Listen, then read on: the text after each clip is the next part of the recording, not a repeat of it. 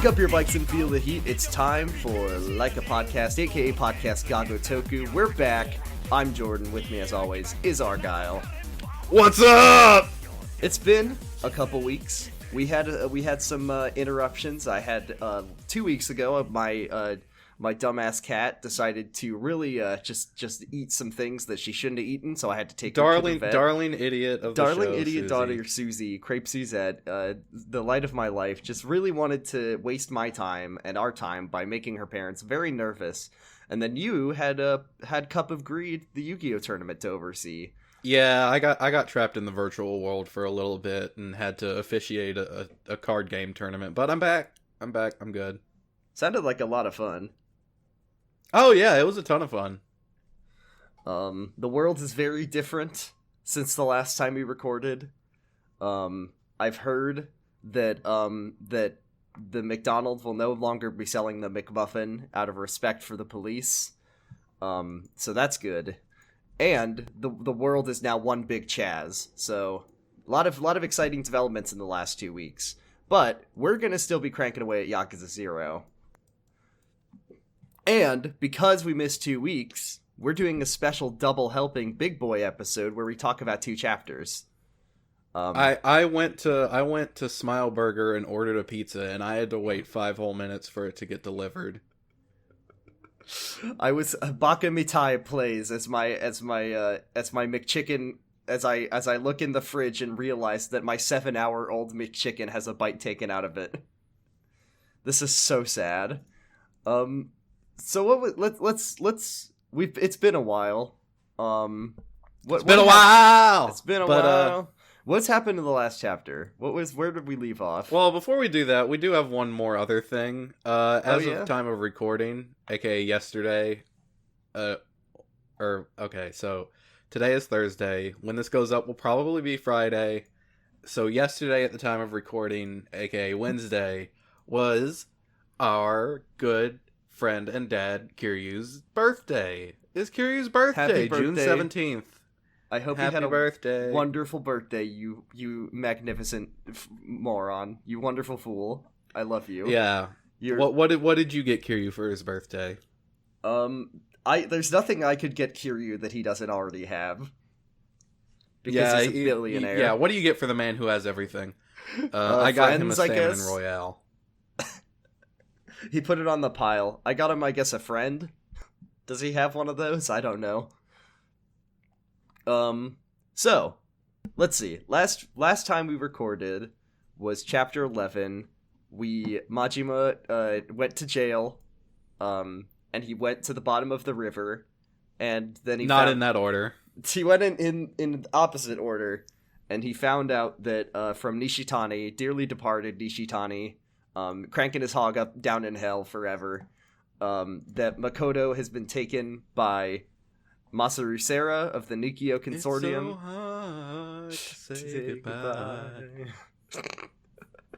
And now she's at the Ben 10 Inn in the Camilla Grove. And that's where we gotta go. So that's where we left off. Let's see, how does this chapter start? This chapter starts, Majima is running. He's running. He's running. He's running. He's running. Buddy, he's running. 2020, Majima for president.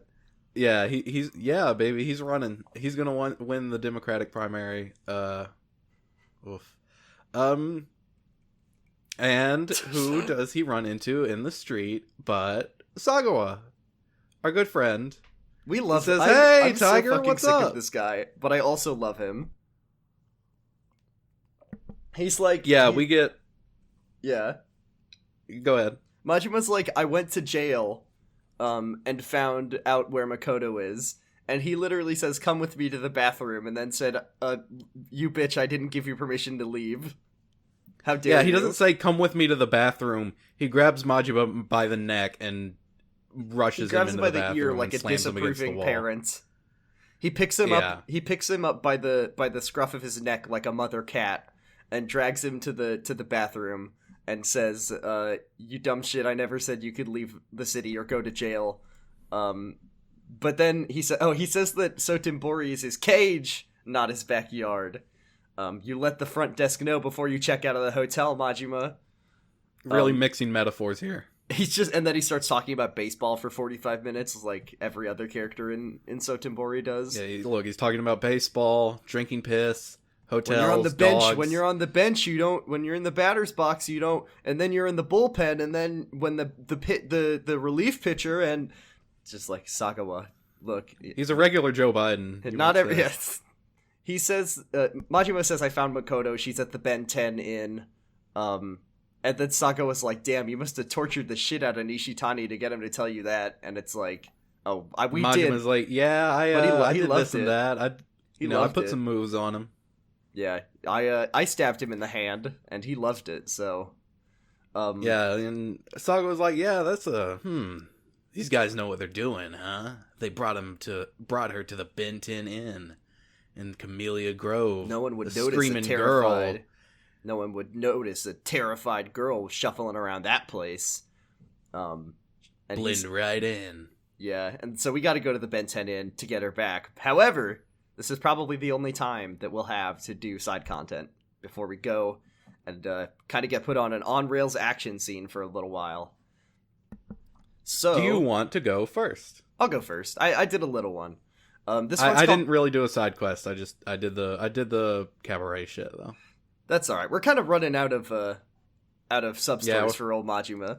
Most of them are tied up with the cabaret club. Yeah, I'm not bothering with the cabaret side stories. So. Yeah, it's honestly that would involve having to go through all of the very long training sessions with the girls. It's considerable effort, and honestly, the cabaret club side quests are not that fun to talk about. Yeah, they're not that great. There's one's good though. I did one called Toilet Talk, which is I think what Sagawa just did with Majima. He gave him a real toilet talk.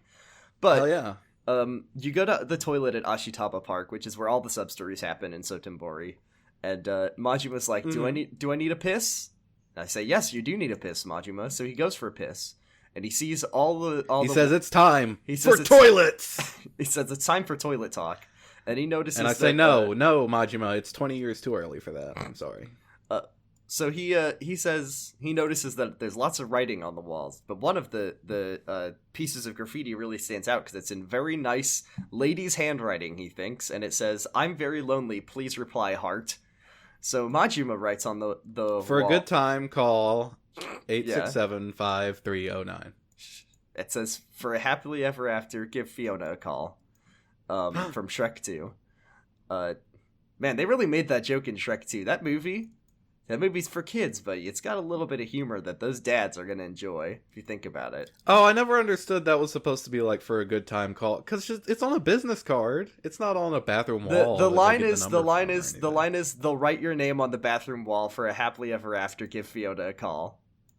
That one's for the dads.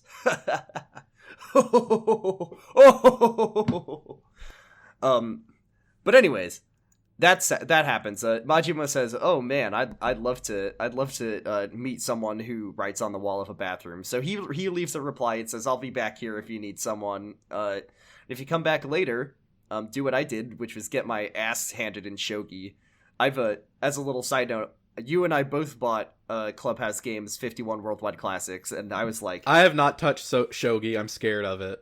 I've been like, shogi's been like a project for me over the course of like an entire year. Every once in a while I'll be like, all right, I'm gonna learn shogi today, and then I'll play a game of shogi and be like, this game is so hard. It's so hard. I don't even like normal chess. It's chess, but the pieces are less distinct looking because they're all the same shape, and also there's more of them, and you can put them back on the field after you take them, and they all can do different. It's awful. It's so hard. So I haven't touched Mahjong either. I have been playing Mahjong Solitaire, though, which is a game I'm pretty sure only exists in electronic formats. Exactly. It only exists on, in the Microsoft Windows Vista games section. But I've been playing that, so I went to the shogi guy in Sotenbori, and I'm like, I think I'm down for a battle of wits. I think I'm ready to try my hand at shogi, and you are not.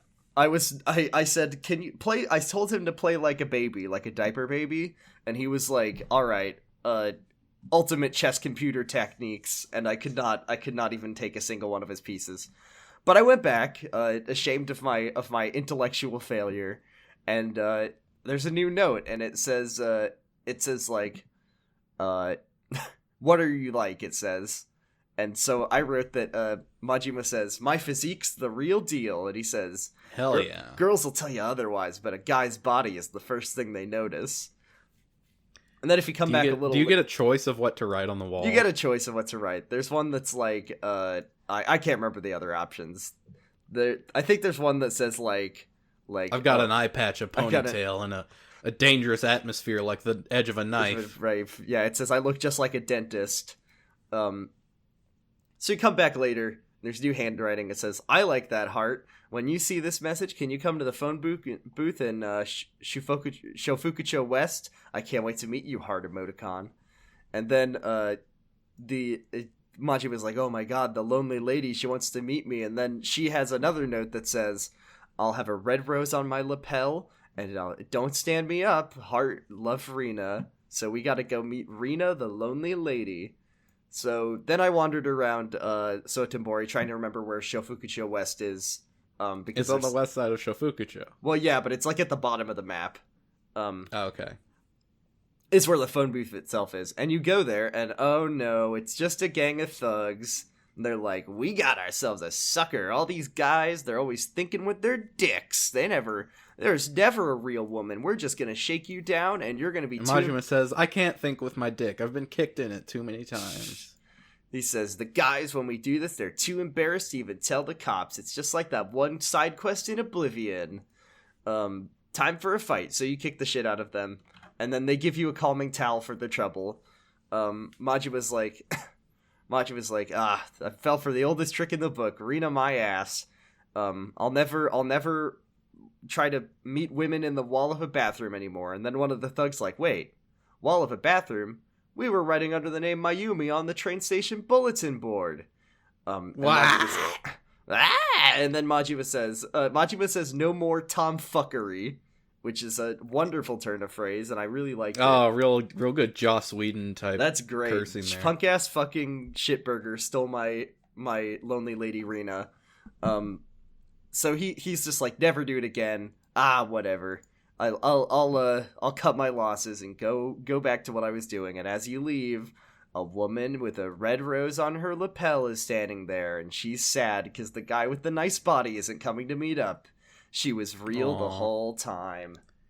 Aww. And that's how Majima didn't meet his wife. That's how Majima didn't get a new cabaret girl. Yeah. The calming towel is an interesting item, though. You equip it, and then it just makes you not build up heat gauge again, ever. If you put it on. Ever. Even if you take it off, Machi was too calm. No more heat actions for the rest of the game. Yeah, which, I mean, I never use it because I like heat actions too much, but there are a number of buffs and upgrades you can get that do benefit massively from the calming towel. Majima in particular has, like, a bunch of upgrades he can get for Slugger style that will make weapons of a certain type not lose durability at all so long as he's not in heat mode.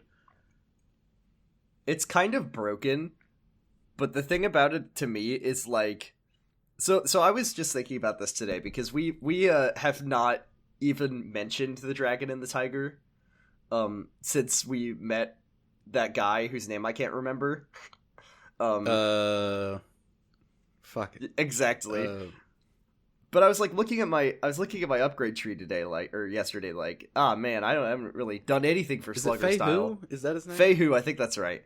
But then I was like, but all he does is teach you other weapons, and I think we've talked about it on the podcast before that I never use other weapons in this game, so it's fine. Yeah, don't worry about it. It's content. Tell us about Cabaret Club. There's apparently a plot line for Dragon and Tiger, but allegedly, I've never seen it. Yeah.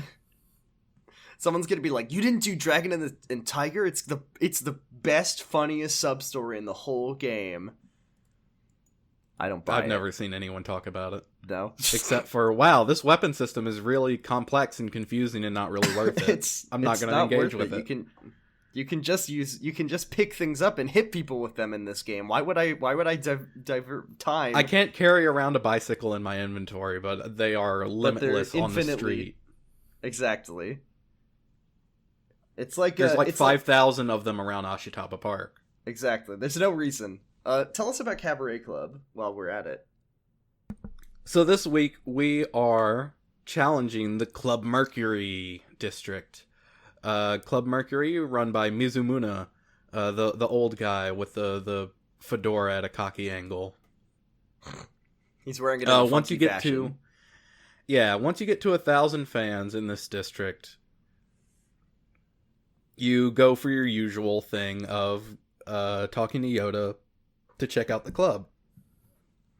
Yoda, though, seems very out of it.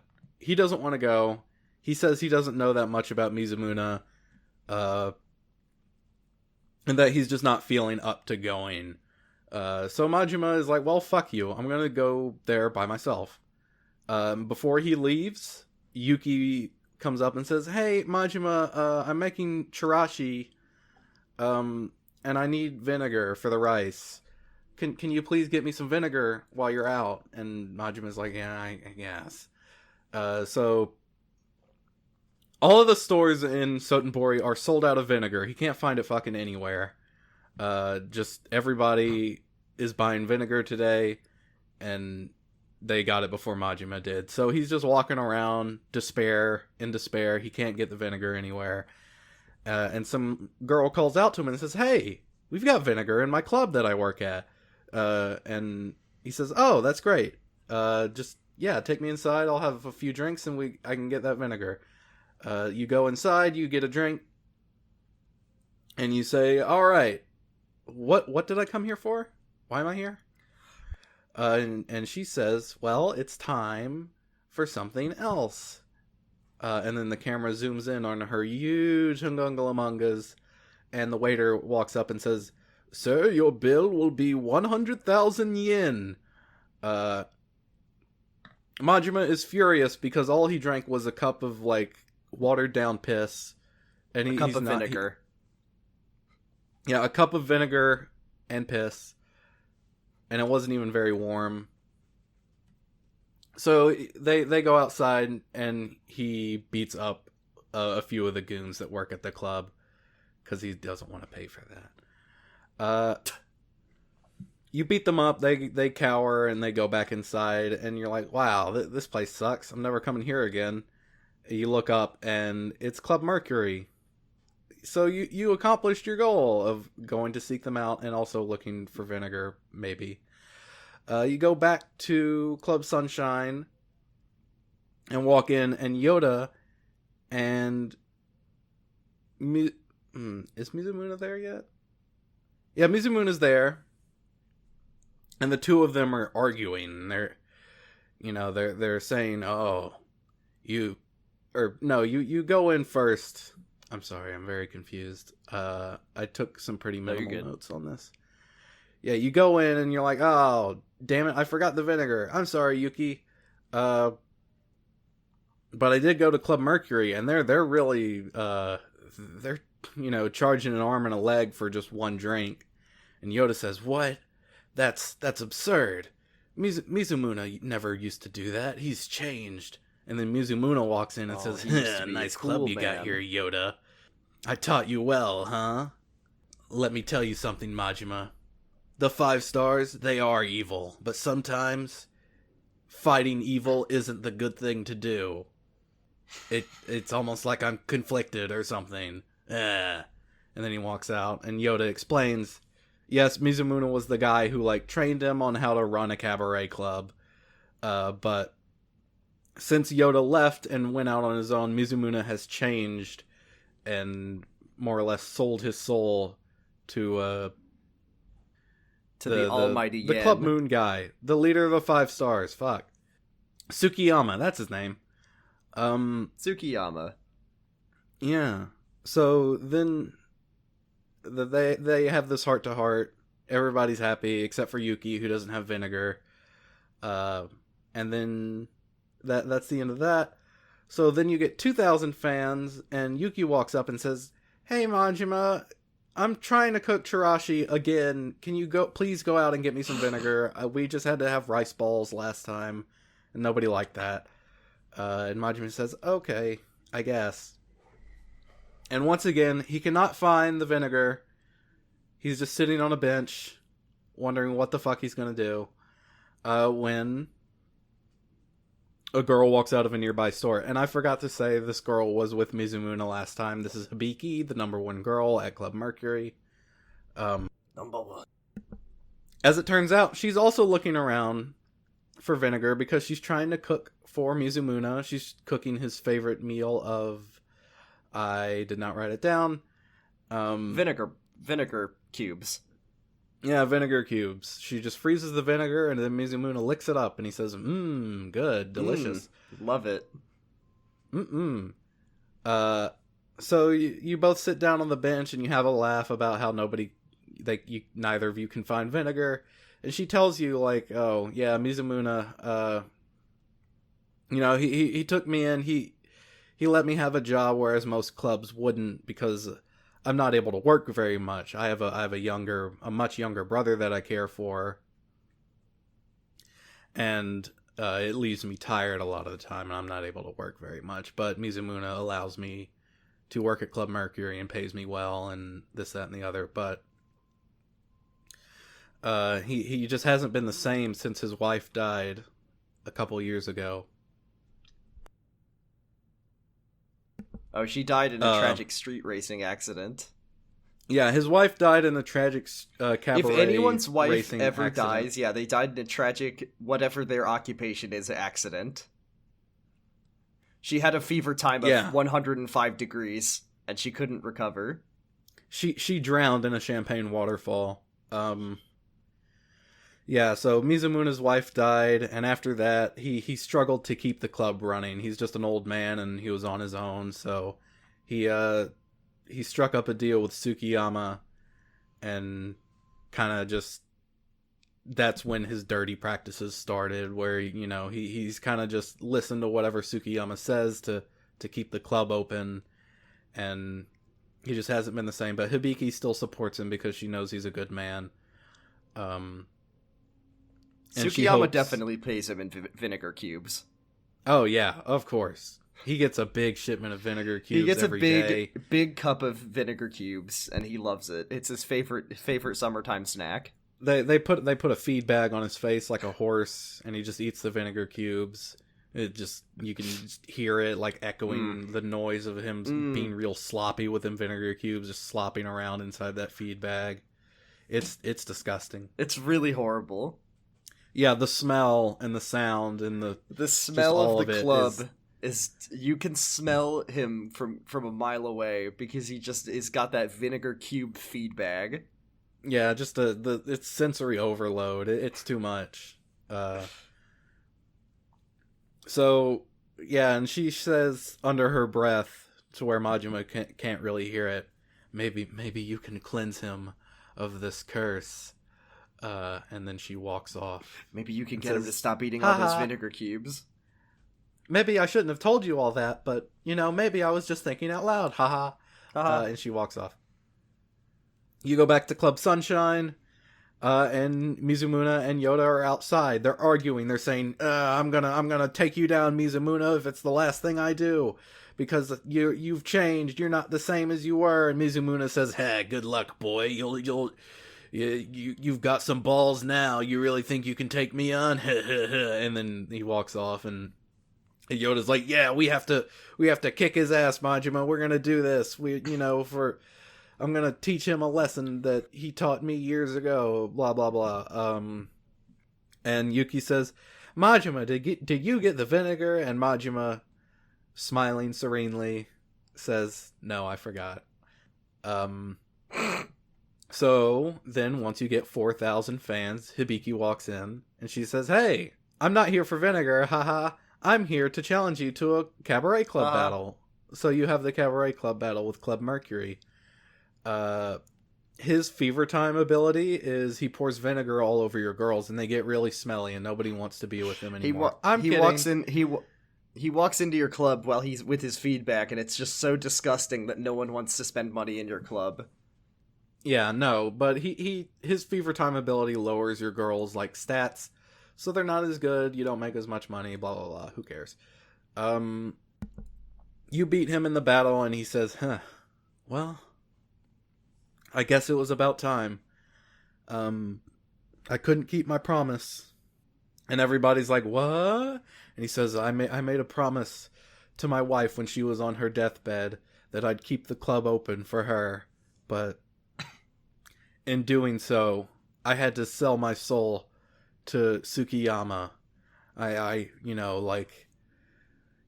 Basically the devil in order to do that. And, I've regretted it ever since. But now that you freed me from this, I think I'll just close the club down and everything will die. Be okay, I hope. I'll just, walk off a cliff and die.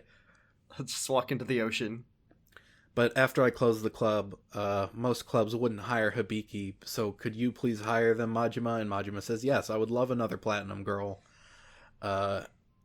And he says, okay, thank you, and walks out. So you get Hibiki, she's another platinum girl. She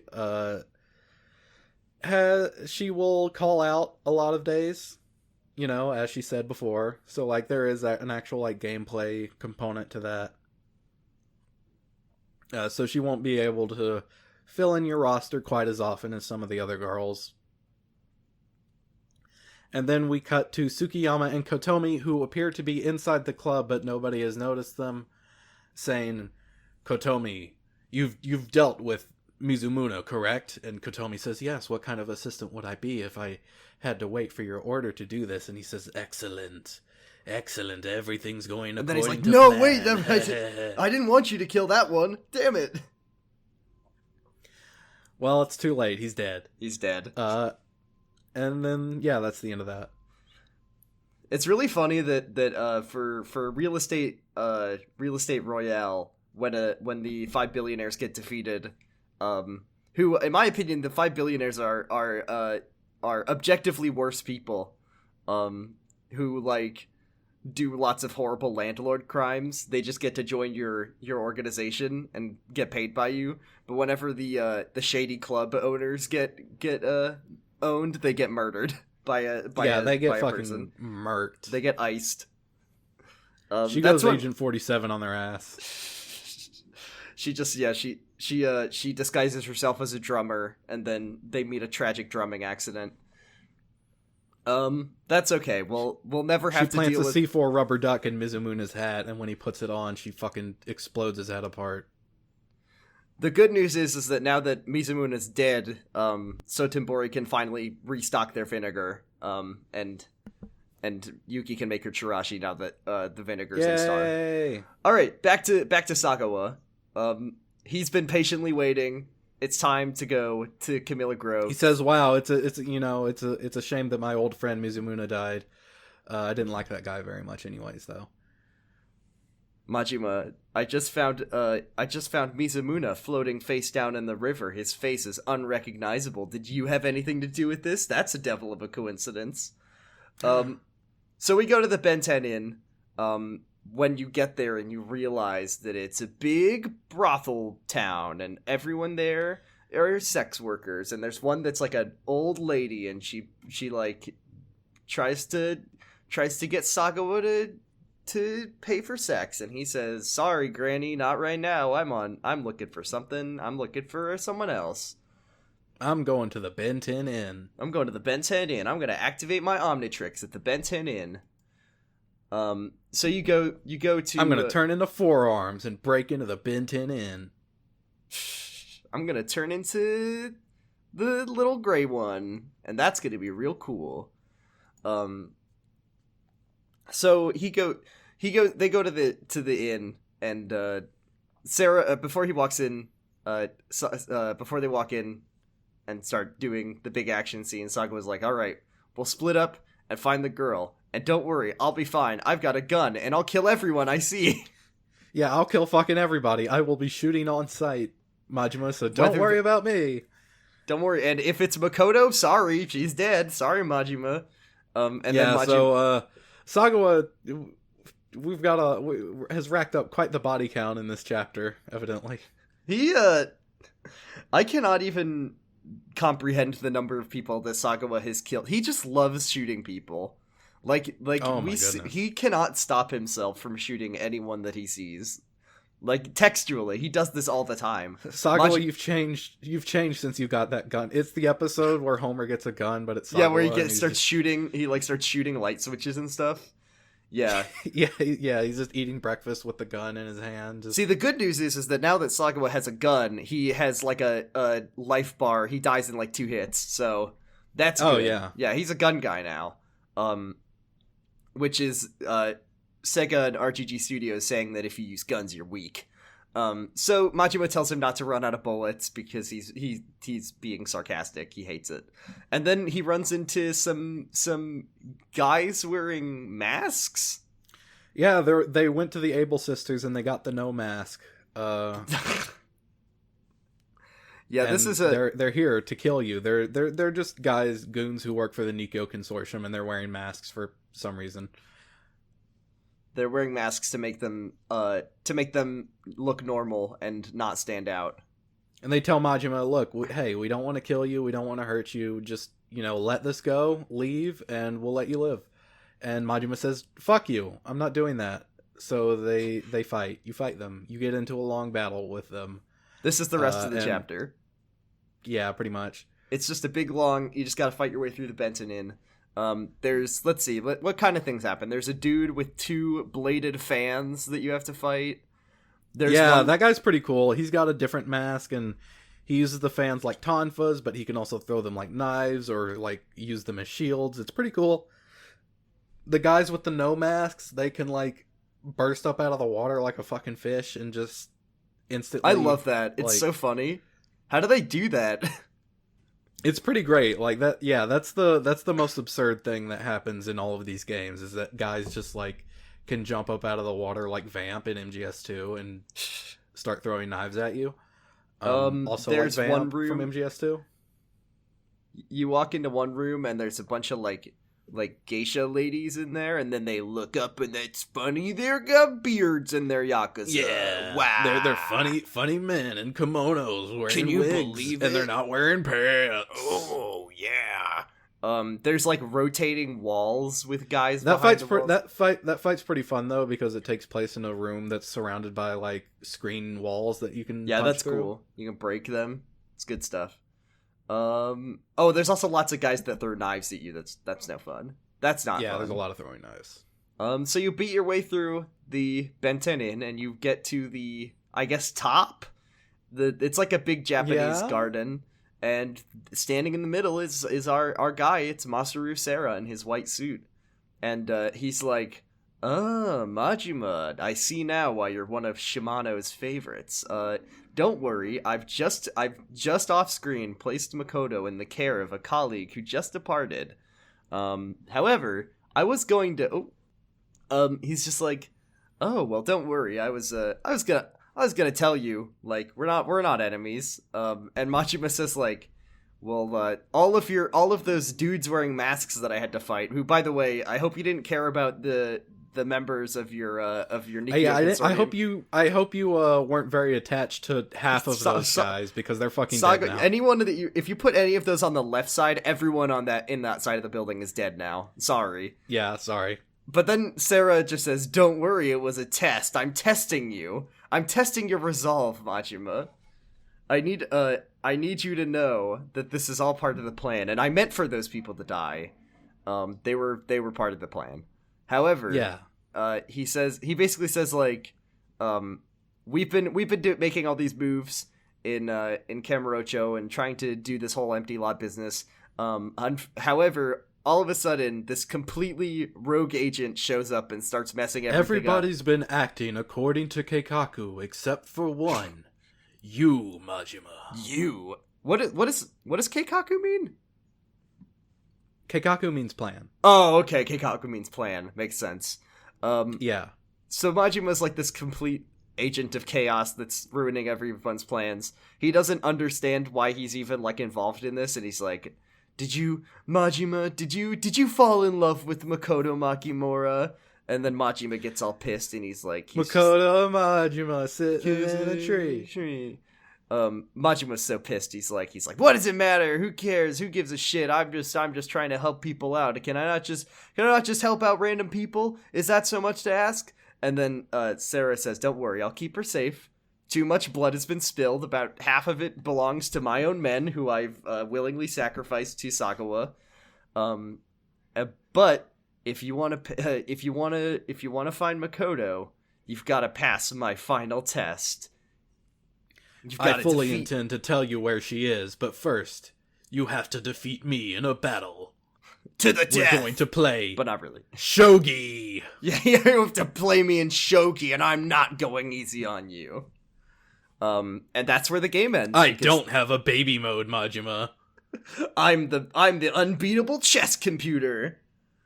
So, no, we just have to fight Masaru Sera, which is fine. They're calling me Deep Blue 2. Better. Deep Blue 2.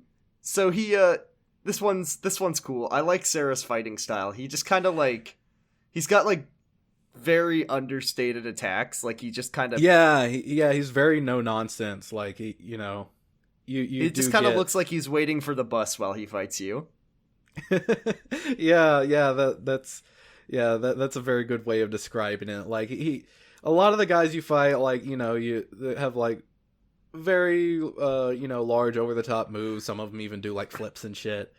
Sera does none of that. He is, Nishitani fights like the video going to the store, but Masaru Sera literally fights like he's going to the store. yeah, that's fantastic. Yeah. It's cool. It's a good fight. He's pretty tough. Yeah, like he's fast. He hits pretty hard. Like he's got some like pretty hard hitting combos that he can get you with. So I did have to heal a couple times during this fight, which was an exciting change of pace. That's exciting. I will say, as eventually strong, he goes down. As strong as Masaru Sera is, he is still vulnerable to the Slugger Nunchaku. The Nobody ultimate can stand up against unbeatable the bat nunchaku. Weapon. No one. Slugger Nunchaku has no weakness. Fact. So yeah, you beat Sera. It's a fun fight. Oh boy. Here, you take it. You okay? Yeah, I just have a cough. Yeah, so you beat Sera, and he's taking the universal sign of being hurt by kneeling on the ground. He says, "Good job, you've bested me. I trust you." Here, hand me that L that you're holding. Thank you. I trust you now, Majima. I'm going to tell you where Makoto is. But first, if you don't trust me, I'm going to give you my gun. And if you don't trust this is the funniest shit in the whole world. I love this. This is so dumb. If you don't believe what I say, the business card for the person who has Makoto is in my breast pocket.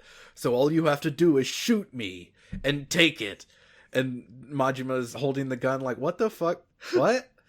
And then Sera's like, I like to imagine so the person who has this is like one of those like Telltale game moral choices or whatever. You shoot Masaru Sera, and then the game ends and it just says the word time paradox, like in Metal Gear.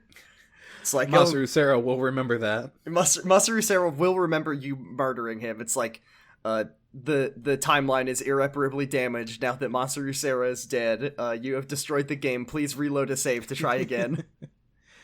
Yeah, you get an achievement that says, problem solved, series over, and then... Why did he do that? Why did he do this, though? Like, why did he do that? What was the point of this? He just wanted to, like...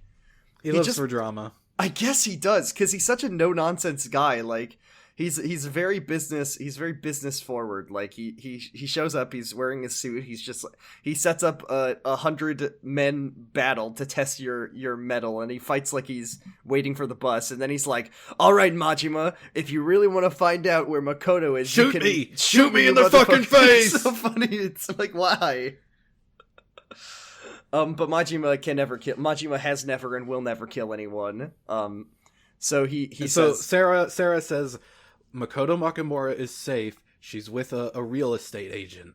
And Majima's like, what the fuck is wrong with you? You think some fucking pencil pushers can protect her? Are you kidding me? And Sera says, don't worry. They're not normal real estate agents. He's a buff real estate agent. He's with a company called Tachibana Real Estate. It's gonna be okay. They're going to a city you know very well. And Majima says, Kamurocho! So yeah, they're going to Kamurocho. Kiryu has Makoto. We know this. Majima does not yet know this, but he will. Yeah, we know this. I love this so much because the first time you play Yakuza 0, the big question that I was always asking myself is like, when do Kiryu and Majima, like, when do the stories intersect, right? Yeah. Or like, how do they relate to each other? Obviously, we found out how they are connected now, but you go to the Benten Inn and you find out that Kiryu was just there and you just missed him, and I just love that shit. And then we're gonna spoilers. They never truly intersect. Until Kiryu and Majima never meet each other during the story, but they do tease it several times. Yeah. They really want you. They to get really hard want, for this. But then Masaru Sera's just like, all right, Majima, thanks for passing my test and thanks for not killing me. Great job. And then Sagawa fucking shows up and shoots him in the back, and then he's like, nice combo, Majima, great job. Nice one. You took his gun and distracted him while I snuck up behind him and shot his ass. Hell yeah, dude. He like goes for a high five. Oh my god, I love it. So Sera's on the ground. He's been shot several times. He's only been shot once. He's been shot once, but it isn't I love the second this happens, it goes from the text to the like fully rendered cutscene, so you fucking know that Sera's gonna get shot by Sagawa. But I love this move that Sagawa just like kicks Sera over and takes the business card out of his pocket. And this is like my favorite thing in this chapter is the like goofy joke where Oda's like, and you have your very own business cards, Kiryu, and you have to do the QuickTime event. Has a weird payoff where Kiryu gives one of those dumb business cards to Sera, and that's how Majima and Sagawa find out about Kiryu, and I love that shit. Yeah. It's so good. It's so fucking good. He hands the business card to Majima, and Majima says, Tachibana real estate. Yeah. Kiryu Kazuma? The legend begins. And then the chapter ends. Yeah, that's a good one. It's short, but it's sweet, and I like. Oh, and then Sagawa says, "We're going to Kamurocho." He points his gun at Kiryu, or at Majima's face. Kiryu's here now. He points his gun at Majima and says, "We'll chase that bitch to the gates of hell."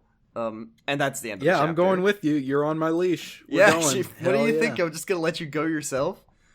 So chapter 13. This is a really good like.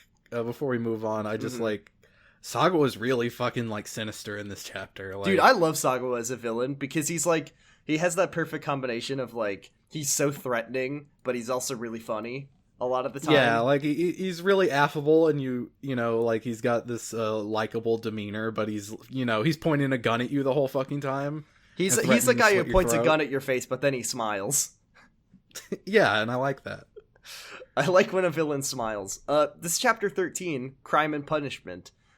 We get the Did we ever say what the name of chapter 12 was? It's called Den of Desires. Yeah, I think we did forget. Ooh.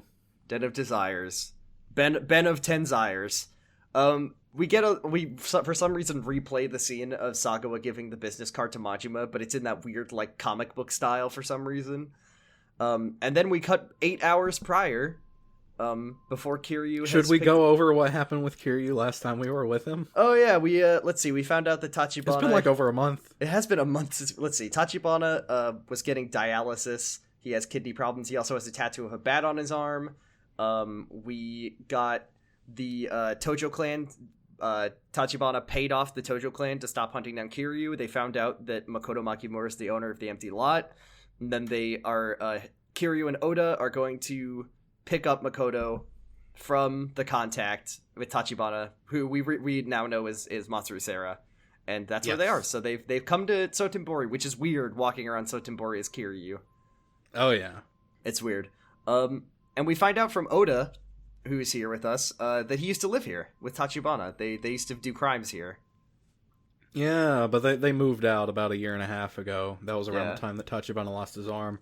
It was just like a little small time operation with just like a couple dudes, and one of them is still here, and he runs an adult video store called Cal Videos. Hell yeah. Yeah. So that's where we're gonna go. Yeah, so he wants you to go to Cal Videos, meet the guy. He's already explained the situation. He's got a little back room you can go to and wait for the call from Sera. Meanwhile, Oda's gonna go out, gather some information, and just have a good time. So you go to the video store. Covered in titties, the Mr. Libido is there. He is in the background. It is really funny that Mr. Libido is like just there silently. Like you can't talk to him or anything, but he's just there. Yeah, he's not dancing. He's just standing. No, this is his day job. This is business for him. Yeah, this is purely business. So you're here, you say to the guy behind the counter who looks like any other NPC that runs a shop, hey, I hear you're friends with Oda, I'm Kiryu, blah, blah, blah. And he says, yeah, all right, let's go to the back. I've got a special room for special customers. This is so funny. He opens up the bookshelf and he takes you to this home cinema with this giant TV and these giant speakers, and he's like, yeah, dude, Tachibana told me to build this room. He loved using this room to jerk off at Gandhara. Do not get a black light in here. It will be a fucking horror show. This is a Tachibana sperm bank in these carpets. This is where your boss, Tachibana, this is where he jacked off 8 times a day. Tachibana's the original Mr. Libido. Yeah, Mr. Libido just inherited that title. Yeah, from Tachibana. Yeah, it's like the Dread Pirate Roberts or whatever. There's always a Mr. Libido, and it started with Tachibana, and then the video shop owner's like, when I knew him, he didn't need dialysis. And I've known Oda longer than I knew Tachibana. We used to run a gang together, but Tachibana showed up 1v4, kicked all of our asses, and Oda was like instantly smitten with him. He said like, I love a guy who can kick my ass as hard as you did. Please be our new dad. Oda had never lost a fight ever before in his life, and Tachibana completely. He says, "Please be our new dad. Please take over the gang. I beg of you." Please. We also learned that Tachibana is the son of Japanese war orphan who is stranded in China. His mom was Japanese, and his dad was a Chinese farmer. And apparently after the war, because of bad blood, bad feelings after World War II, because of all the Japanese atrocities, the Chinese did not like Japanese people very much, and they were very, very mean to Tachibana. And so he joined the Chinese mafia because they were the only ones who would accept him. Yeah, so he had a tough childhood. He grew up, but he had to learn how to fight so he could stay alive. He's fighting for survival every day. And Oda's here, and he's like, "Damn, dude, I remember this room. Oh man, damn. We and the boss used to jerk off together so much in here, man. It's so good. We charged our crystals so many times in here." Oda's like, did my unnamed NPC friend tell you about how I jizzed my pants over the boss? Take that with a grain of salt. That's his. He says that word for word. By the way, he does say jizz my pants. And then he's like, "Oh, by the way, I just found out that you heard of the Lonely Island? Look I brought this box. I wonder what's in it. Haha." He said he heard something interesting. We found out that Makoto Makimura's corpse was found floating in the river. Oh man. I love Oda and Kiryu showing up to Sotenbori and just surveying the damages that happened during Majima's story. Like you can't go walk through the city unimpeded because when you walk on the east side of the city, the cops are still walling off that part when Hylia was exploded, and Kiryu's like, an explosion, and then Oda's like, and then there was lots of bodies being found recently. Yeah, he's like, well, they did find Makoto Makimura dead, but she's obviously still alive because people are still making moves. So don't worry, we can still go and grab her. Which, great job, Nishitani. Great decoy. You did a great job. Great job. Everybody fell for it, man. Oda saw through Makoto's faked death in 5 seconds. Hell yeah. Yeah. And Oda says, well, hey, you can go out and have some free time. I'll sit here and wait for the phone. And Kiryu is like, weird. Yeah, but, you basically have to kill. You have to kill 15 minutes before the story is allowed to progress, which is kind of funny because I guess maybe the novelty on your first playthrough of getting to be Kiryu and Sotenbori is a bit stronger. But I'm like, well, I've been running around Sotenbori this whole time as Majima. I don't think I need to kill time here. There's nothing I can do. Yeah, there's some stories. You can do most of the mini games, but you can't do karaoke for some reason. You can go to the Dragon and Tiger. They'll be like, oh, hey, we know you from our branch location. If you go outside, you can buy weapons there, but you can't send out agents or anything. if you go to Club Sunshine, Kiryu's like, I have no reason to go in here. Does he really? I didn't try that. You can walk outside and you can interact with it, but he's like, why would I possibly go into here? I'm assuming of all things, you can go to the fucking underwater coliseum on the riverbed. This is what I'm here. Kiryu's like, now this is more my style. Yeah, he just has such an easy time getting there, whereas Majima had to get there as part of a ploy on the part of the guy who used to run the place before he got fucking airholed. Well, they just set up Billiken's dead body pointing at the pleasure cruise with a sign that just says bed of sticks this way. So it's a lot easier to find it when you're Kiryu. So you kill 15. They're under new management. And they're just taking anybody in. They don't really vet them like they used to. You know, they let the cannibal clan. He had an eye for the good fighters, but now they'll just take in any old guy with a dragon tattoo on his back. Yeah, that's why Mr. Libido is fighting in the pit now. So after 15 minutes, Oda will page you to come back, and you find out that Masaru Sera has stashed Makoto at the Benten Inn, and they're gonna go right now, just right now. And we also find a taxi down to Camellia Grove. We find out Kiryu goes in on his own to go get Makoto. You go in, you meet Masaru Sera. Yeah. Excuse me. We also you are escorted in by one of the guys in the no masks. Yeah. We also find out on the way that that Makoto, her grandpa, was the previous owner of the empty lot, had the 3 square meters of land, and he died and she inherited it, and she didn't even know, and she's just gonna sell it because she doesn't really even care, and she just wants this to be over. That's what Oda she tells comes us. in and they talk about it, and she's like, I do not give a shit about this land, and it has caused me way too many all this problems. fucking trouble over this dog shit. Fuck you. Get rid of it. I don't want it. I don't even care about the money. Please. I don't know why this happened to me. So Kiryu gives. Oh, speaking of things that are completely tone deaf, when Oda tells Kiryu about the whole the Yakuza are trying to kill Makoto because she has the land and she didn't even know it thing, he's like, wow, I mean, her life's been one series of tragedy after another. I guess God is really giving her a break by giving her that land. And it's like, what the fuck, dude? Yeah, I'm sure Makoto is super happy that she owns the empty lot right now. Kiryu does. Yeah, Kiryu gets so pissed off at him. Are you fucking kidding? With the Yakuza chasing after her and trying to kill her over this land. Yeah, I'm sure she loves it. Real good bone she got thrown there. So yeah, you meet with Sera. You give him his business. Kiryu gives him his business card, of course. He does it right side up this time. Yeah, he does the quick time event. And if you don't do it, Kiryu doesn't give Sera his business card, and the timeline is once again completely destroyed, and you have to start the whole game over. Damn. This is when Makoto walks in. She has a costume change now. She's wearing a black trench coat, and to show that she's, I guess, I don't know, that things are serious now. And she says, yeah, I didn't even know my grandpa died, but I guess this is happening now, and I'm really upset. The guy who's been protecting me for years got exploded. Got turned into a flaming skeleton. I don't care about the money, I just want this to be over. Masaru Sera tells Kiryu to send Tachibana his regards, and Kiryu helps Makoto out, and then as they leave, Oda's like, alright, I got a taxi, and Makoto hears his voice, and she kind of has a reaction to it. She's like, I don't know, I've heard this voice somewhere.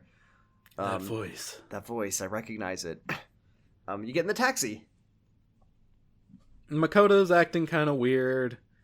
Yeah, she's not talking. Really... Well, she's nervous for some reason. I don't know what. For some reason, we don't know why. Oda's like, what's wrong? And she says, oh, nothing. Don't worry about it. And then what circumstances in her life could possibly? What circumstances in her life could possibly leave Makoto Makimura to be nervous in this moment? Yeah, I don't know. And then we cut. They're on the highway, and Oda points out to Kiryu, "Hey, man, there's that car behind us in the other lane.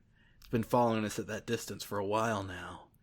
And then the car, hearing its cue, speeds up and pulls level with them, and Shibusawa's in the back seat. This is so. This is presented like a comedy to me. The way that this scene plays out, it's so funny. he pulls up parallel to you and rolls down the window and just makes like neutral face at Kiryu, and then he just like pulls out a gun and shoots the taxi driver in the in the brains. It is not supposed to be funny, but it's really, really funny.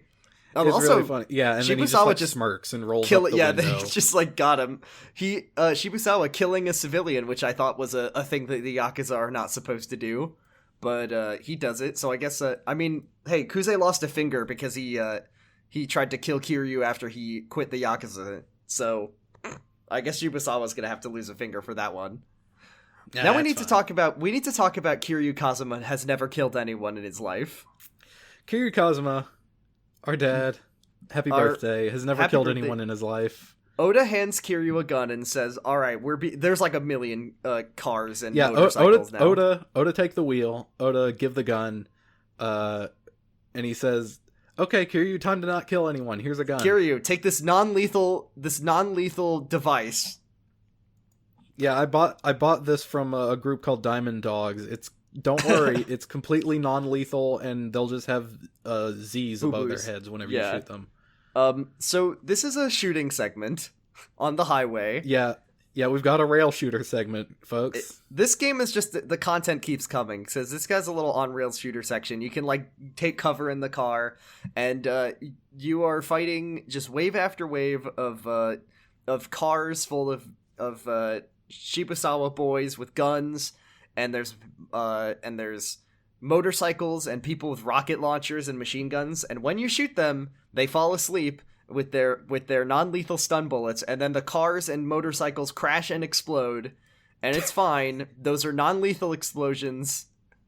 They're sending their consciousness to a virtual Dairy Queen. It's fine. Kiryu's never killed anyone.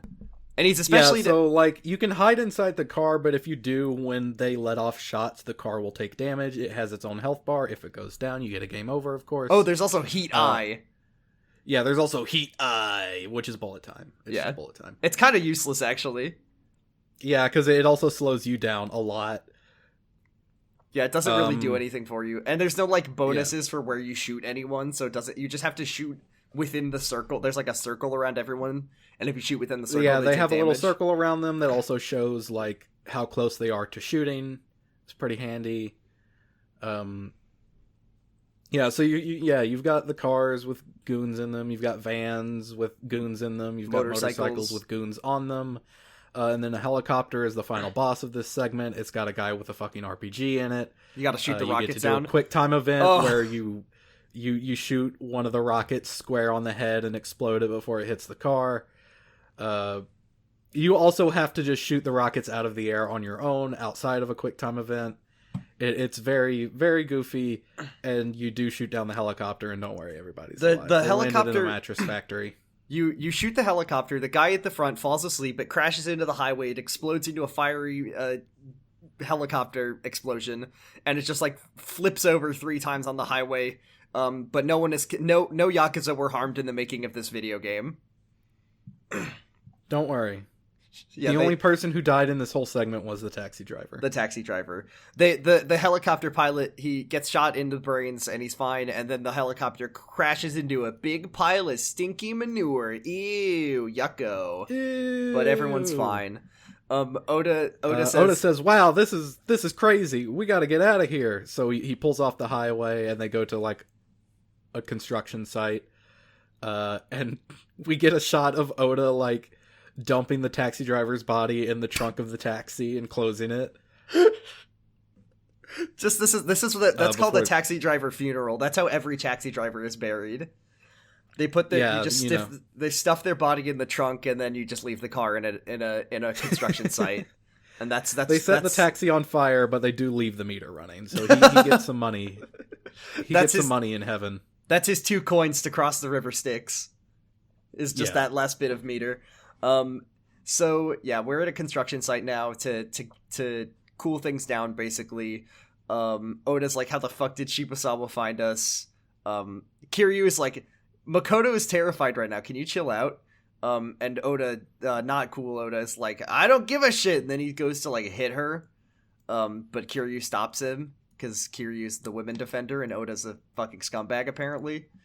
And then Kiryu basically is there to try to like comfort Makoto, see if she's okay. Oda says, "I'm going to cool off and walk just off screen, just out of your line of sight for a moment. I'm gonna go T-pose in the corner." Yeah. Makoto says, Kiryu, there's something wrong with that man. I gotta tell you something. I know him. And then Oda walks back and says, "Ha! I tricked you. I have a gun. I'm going to fucking kill you." Yeah, he grabs Makoto and holds a gun to her head, and Kiryu's so angry. He says, "I can't let you meet Tachibana. You both have to die." And then Makoto pulls out her sword cane. Sword cane? She has a sword cane that Masaru Sera gave her, and she stabs Oda in the leg with it, and then Kiryu disarms him. What the fuck, Oda? Dude, what the fuck? That's what Kiryu is saying. He's holding the gun on Oda and saying, "What the fuck, dude? What the fuck? Top 10 What is going on? Top 10 anime betrayals."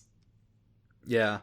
And Oda says, "Yes, I know her." And Makoto says, "Kiryu, please, does he have a tattoo of a bat on his left arm?" And Oda pulls up his sleeve, and he does. Oh, he says, it was Oda! It was Oda the whole time. It wasn't Tachibana is innocent in this. He did not. He has 2 years ago, I was some 2-bit gangster. I had moved here from the mainland and would do just about any job to get money. You know, I'd rob people, kill people. Yeah, I even did some sex trafficking, some human trafficking, and you know, she was one of them. And then right after that, I met Tachibana, and he was so cool, and he beat me in a fight for the first time, and I said, "Wow, you're so cool. Please lead our gang." And I even got him to get a bat tattoo too. And also then right after that, we were watching TV together, just us, the bros. And we saw this thing on TV about Chinese people finding out about relatives they have in Japan and being able to move here. And he saw someone whose mother was named Xiao Chao. And No.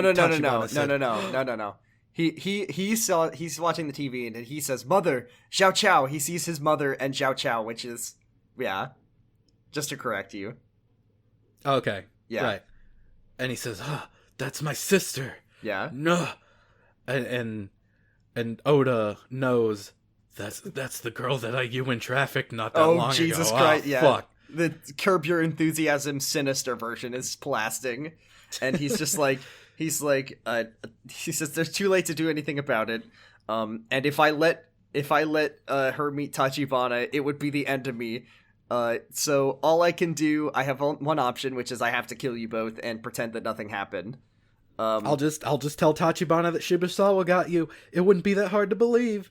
And you know, then everything will be all right, and we can hang out, and it'll be cool again. We can jerk off together again, just like we used to. We can charge our crystals, just like the old days. Then they hear that Shibusawa's here, and they're looking out for everyone. And Oda's like, and Makoto, even after all this, is like, most forgiving person in the world. Can you walk? I love it. Makoto stabs him in the leg, and he's like, "This is just, I mean, good. Get fucked, Oda. I horrible person." He's just like, "Oh, with this leg? Oh no, it's time for me to make a redeeming sacrifice." And it's like, no, fuck you, Oda. He doesn't even do anything. Here, you give me my gun. Give me my gun. I'll slow him down. This is the funniest thing because he's like, "My leg's all fucked up. I can't walk. It's selfish, but can you tell Tachibana that I really loved him like a brother, like a mother, like a dad, and he's my best friend." Well, he just says, "Tell him I love him. Tell him I love him." I ship it. And then I don't ship it because I hate Oda, because Oda's a horrible person. And then Kiryu says, "Don't be a hero. Don't do it. Oda, we're friends still for some reason." And then Makoto's like, "Well, whatever. Let's go. We gotta go." And this is the best part, is that Oda does this, like, "I'm gonna sacrifice myself to help you get out of here." And then they walk off screen, and then the next shot is just of Oda's corpse, like he's been instantly killed. And it's like, oh, you did nothing, Oda. You just sat there and died, basically. It's not the next shot. We get that way later. Come on. At least give him a minute. Wait, really? Oh, I guess, well, hold on. They leave. Then we get into a battle. Oh yeah, there's just a bunch of fighting. There's a big, long battle here. Oh, you're right. Yeah, so you have a fight in the construction site with a bunch of Shibusawa's goons. There's a guy with the big saw. Yeah, this is a great place to use beast style because there's just big, heavy shit lying all over the place. It's got that horrible... You do have to protect Makoto for a little bit of it, but not for all of it, thankfully. Yeah. Halfway through... once the guy with the big-ass buzzsaw comes in, you don't really have to protect her anymore. Kiryu unlocks the secret of leaving Makoto off-screen while he fights halfway through. Yeah. He's like, wait, I just realized he learns the Resident Evil strategy of putting Ashley in a dumpster. Telling her to hide in a dumpster. Yeah. That's right. Then after you do the fight, which I'm sure Oda did a great job slowing him down, because then you cut to him full of holes, and Shibusawa really he's bloody, did it to him. He's beaten, he's on the floor, and Shibusawa was like, "Why didn't you turn them over to us, Oda?" He was working for Shibusawa the whole time. Yes. And then he kills Oda. So great job. Get fucked. Yeah. Rest in shit. I'm not playing the sad music for you, Oda. Scum. Yeah. We're not playing the sad music. We're not playing the Wiz Khalifa song. We're not doing any of that. In fact, we're gonna play the circus music for your dad. I'll tell you all about it when I see you in hell. So that's it. That's that. I'm not even gonna pour part of one out for you. No, I'm gonna pour one in for Oda's death. I'm gonna pop a bottle. I'm cracking open a cold one to celebrate Oda's death. Kiryu and Makoto are at a love hotel because that's the only hotel that Kiryu could find on short notice, and he's like, "Sorry, this isn't me making a pass. I'm just trying to protect you." And then she wants to know about her brother. She's kind of asking what Tachibana is like, and Kiryu's like, "Well, most of the time he's super calm and smart. He drives like a fucking asshole, but that's because those outrun cabinets don't handle very well." She's like, "That doesn't sound anything like Tachibana. When we were young, he was so weak and so scared all the time." We go to the movies, and when the lights went out, everybody would spit on us. This is the first time Kiryu has ever learned about racism. He's like, yeah. Wow, he says, wow, racism. That's fucked up. That's fucked up. I'd never heard of that before. And then he went to Japan when he was 15, and she went to Sotenbori when her mom moved. They went to live with with her grandpa in Tokyo, who owned the empty lot. And then she says that it was so hard because she was living with a person who they didn't know any Japanese, and he didn't know any Chinese, and it was like they were living with strangers, and she learned Japanese quick, but not before her mom. She couldn't take it, and she committed suicide because she was just so isolated. And after that, she went to Sotenbori to find her brother, and then she met Lee, and then Lee got exploded and turned into a skeleton, and she's literally saying the people who protected me, they're all gone. Everyone I know is dead. Lee exploded. One of them's dead, and one of them, I don't know if he's dead or not. I don't even know. She also, she doesn't even know Majima's name, by the way. So she's just and the other guy, I don't even know where he is. Kiryu I don't know who he is. Yeah. Kiryu is, so unhelpful in these moments where he's just that's rough. Yeah, that's pretty dicked up. That's a real kick in the dick. No, that's... wow, you sound just like him.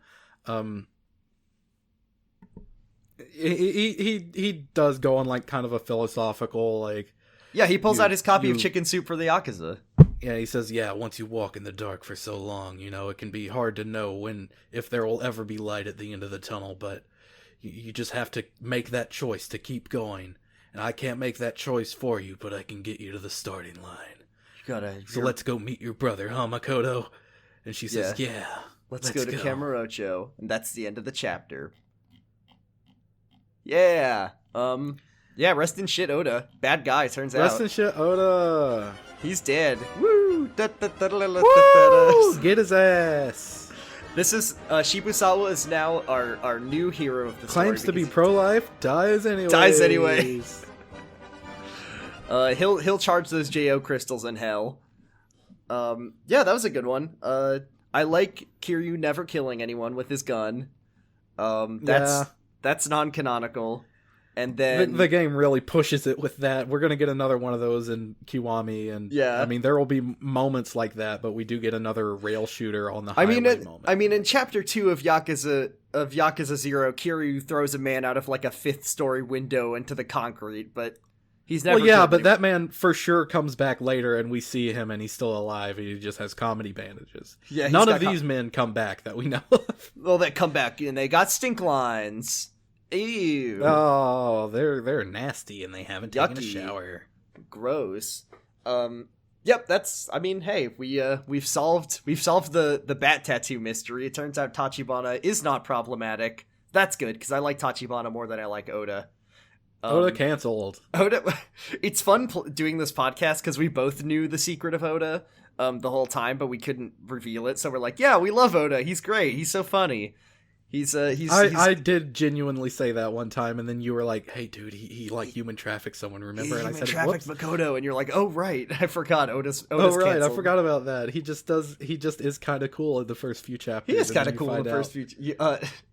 I posted to the podcast Gagotoku Twitter. Under no circumstances should you hand it to Oda, but. So yeah, that was a good one. And we're going back to Kamurocho next week, so we'll have some real estate fun times. Yeah, baby, we're going to Kamurocho next week, and then the week after that, we're also going to Kamurocho, because Majima's going there too. We'll probably need to be doing some get creative with Cabaret Club, because I don't think Majima goes back to Sotenbori for the rest of the game. So we'll have to finish that up. You can probably take a taxi back. We'll take a taxi back. It'll be fine. And that's the end of the chapter, so we'll... let's do some questions. We've got 2 weeks worth. We've got questions for 2 chapters. Let me pull them up. Here's our first question. This is specifically about chapter 12. And this one's from friend of the show Maxi Bajillion. Max says, "What if the Nikio goons all wore Guy Fawkes masks? What if the Nikio goons all wore mood masks? What would be the funniest mask? The scariest? Funny and scary masks for the Nikio consortium to wear." Funniest mask? Okay, what if the scariest mask, the Scream mask? Yeah? The funniest mask. Well, no, but the funniest mask is the one where it's the Scream mask, but it's got his tongue sticking out. It's kind of funny. Oh, yeah, it's the funny Scream mask, but he's smiling because he just smoked a lot of weed from Scary Movie. Damn, that's so funny. What would I like the idea of the Nikio consortium all wearing anonymous masks. And that would be pretty great. That would be pretty cool. They would say, "We are Nikio Assortium. We are anonymous. We do not forget. We do not forgive." And then they'd like post like go to /B. They'd post like Oda. They'd post like Sagawa's nudes online or something, and it would be very embarrassing for him. That's a good question. And let's move on to our next question. We've got a question from. Here's what happened. I remember what it was. It was that when we got to chapter 11, Max had sent in another question after we had finished recording. So let me answer that question. This is about the bed of sticks. It says, if you were forced to fight a gauntlet of 3 most fucked up, twisted characters in any game, which 3 would you choose to fight? Hard mode, you still have to fight the Cannibal Clown. Is this saying like me? Because if I had to fight like fucked up, twisted characters, I'd want to choose the weakest ones. To make it easier. So who are the weakest? Who are some twisted, fucked up characters that are easy to beat up? Is I guess my question. Waluigi, I could snap Waluigi like a twig. That guy, you could push him over. It would be absolutely no problem. Let's do it. Let's do a spin on this because I think that I don't think I can personally beat anyone in a fight. But here's my question. Kiryu has to fight 3 of the most fucked up, twisted characters in any game. And you get to create a gauntlet of boss fights for Kiryu. Who are you making him fight? Let's see. Heihachi from Tekken. Okay. Or maybe Kazuya Mishima from Tekken. Maybe him instead. I'm just gonna think of like probably fighting game characters or something. Like other martial artists. Let's go with a really weak one. Batman. Batman? Batman. He's pretty twisted. Kiryu could beat up Batman, like no problem. I have faith in this. If they met Kiryu, like stripping gadgets from Batman, Kiryu would win. Well, just if from Batman had enough willpower. time to prepare, he could. Oh my god, if Batman had enough time to prepare, he could just give Kiryu the calming towel and he wouldn't be able to use any heat moves. Yeah. Here's mine. All right. Goku. Goku is not fucked up or twisted, as far as I can tell. I've never watched Dragon Ball. Fawful from Bowser's Inside Story. That would be fun. Superstar Saga. Superstar Saga. Gary from Bully. That guy was pretty twisted. I've never played that game. What about Trevor Phillips from Grand Theft Auto 5. Sheogoroth specifically from Shivering Isles. That he's the most twisted of them all. He's literally the god of being fucked up and twisted.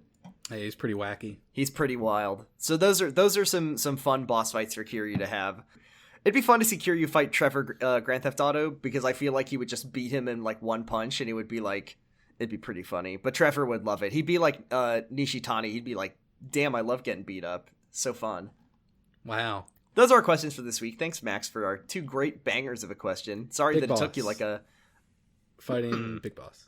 Ooh, what about... I could imagine Kiryu fighting Revolver Ocelot. Like all versions of Revolver Ocelot. Like old Ocelot, young Ocelot. Kiryu's fought people with guns before. He could do it. Honestly, dump Kiryu in any Metal Gear boss fight, and that's just good stuff. Could Kiryu beat Metal Gear Ray from Metal Gear Rising? He knows how to use rocket launchers. I mean, from Metal Gear Rising, I don't know. Well, the thing about Ray from Metal Gear Rising is... Does he have a high-frequency blade? He has the Sakura Storm. That's only got like 14 swings on it before it breaks. If you time your parry counters just right, I think you might be able to beat... He might be able to beat Metal Gear Ray. I think that Kiryu probably couldn't beat any of the bosses from Metal Gear Rising just because he doesn't use a sword. But Majima might be able to. Possibly. With his Demon Fire Dagger, Majima could cut Metal Gear Ray all the way in half. Yes, of course. That thing is obviously a high-frequency blade whenever you use it. It's got the same, like, blue glow and lightning around it. Yeah, and he uses it with a high frequency. Yes, of course. All right, thanks for the questions. If you have any questions, you can send them in to twitter.com/podcastgagotoku, which is podcast GAGOTOKU. Let's wrap this podcast up. Argyle, where can we find you? You can find me in a number of places. On Twitter, I'm Argyle. I'm at Argyle_funk on Twitter. That's the one that I'm looking for. You can also listen to my Yu-Gi-Oh podcast. It's called Pod of Greed, and we recently finished our card game tournament called the Cup of Greed. You can find all of the VODs up on YouTube. Let me see if searching Cup of Greed will get that for you. It will not.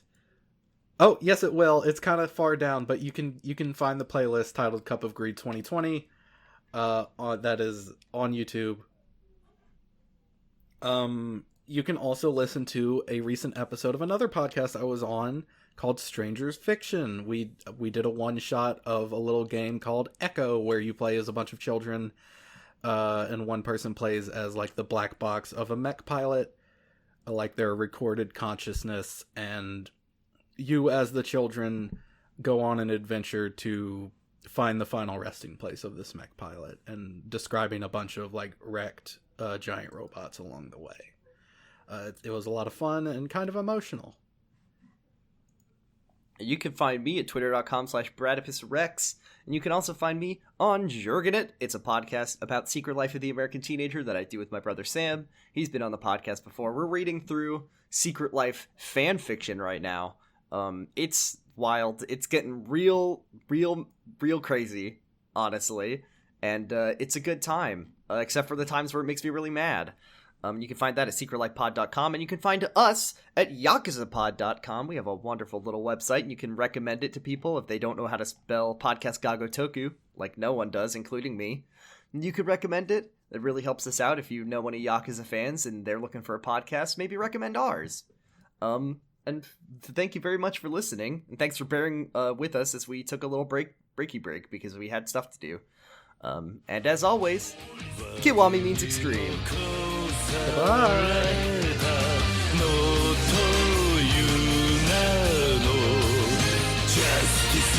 Oh, breaking the law, breaking the world, 壊せ切り裂けてんだね Oh, breaking the rule 六法全書じゃ縛れない波乱分子さ振り上げた握り拳が俺たちのジャッジメント